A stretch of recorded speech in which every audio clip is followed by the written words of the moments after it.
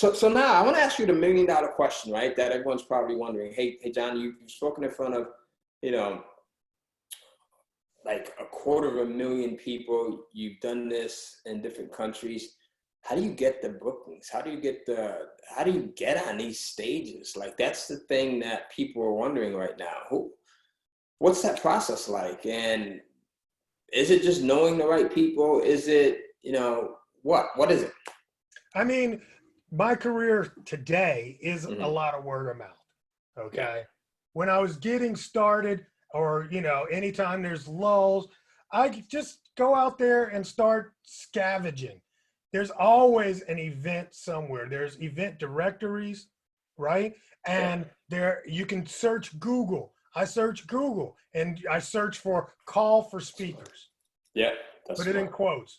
And they'll say, submit your stuff. You submit your stuff and either they say up or down. But there's so many events, or there used to be. Now they're virtual, okay? Right. But there's so many events that are looking for speakers, trainers, and organizations are always looking for something to present to their members. There's so much opportunity. That's the easiest part, is finding gigs to speak at. I used to speak at meetups, those were easy to get. People used to, how they had those meetups every month. They need somebody to be the presenter. You just start reaching out to all those things, right? Now, are you going to get paid from that? Probably not. Right. Probably not. The speaking business, here's a secret. The speaking business, most people that I know in the speaking business do not make their money from speaking fees, right? Yes. Because it's just, you got to be high end to get and command those serious fees. So the first thing you got to do is just put a whole lot into the box. And then when you present it to somebody else and say, hey, I've spoken at this company, that company, in this country, that country, all of a sudden the conversation changes. Then they say, well, what's your honorarium, or what's your fee? What do you charge? And that's how we start that conversation. Gotcha. Awesome. Beautiful. I love that.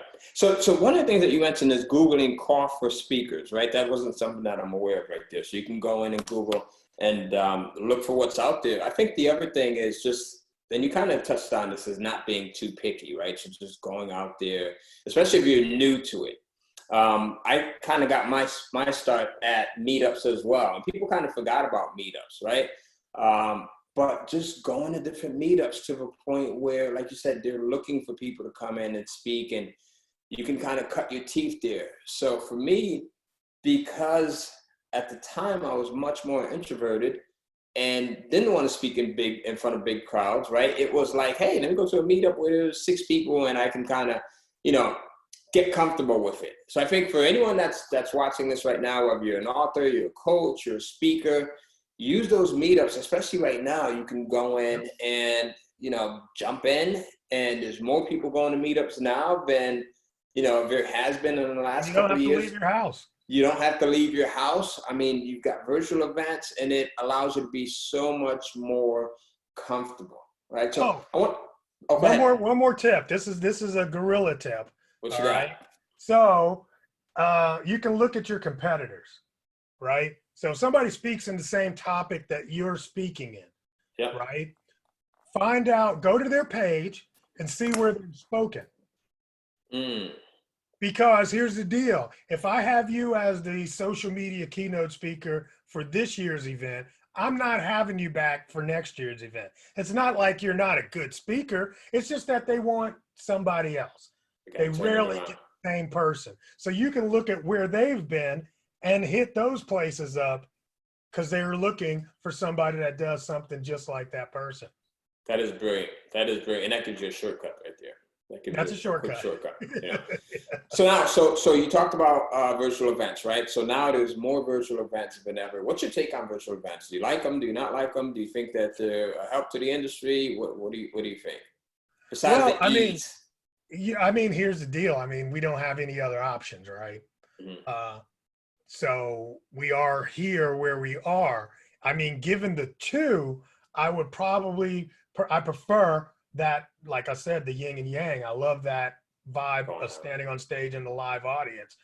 And you just can't duplicate that on a event that's online? Not totally. I've seen some very creative things coming up. So, I mean, I just definitely prefer the live event, but I don't know when that's coming back as a real thing. So the online events are. The weird thing about the online events, though, is that they're not paying speakers like they once were. Really? That's interesting. Okay. So Yeah, are they paying at all? Well, no, I'm saying like, they don't have to cover all the things they used to have to cover, Ah, gotcha. right? Yeah. So, Flights, hotels. yeah, right. So Yeah. for me, I used to be able to negotiate different packages based on Right. all of those components, right? Gotcha. And you're not just paying me to be there for that 60 or 90 minutes.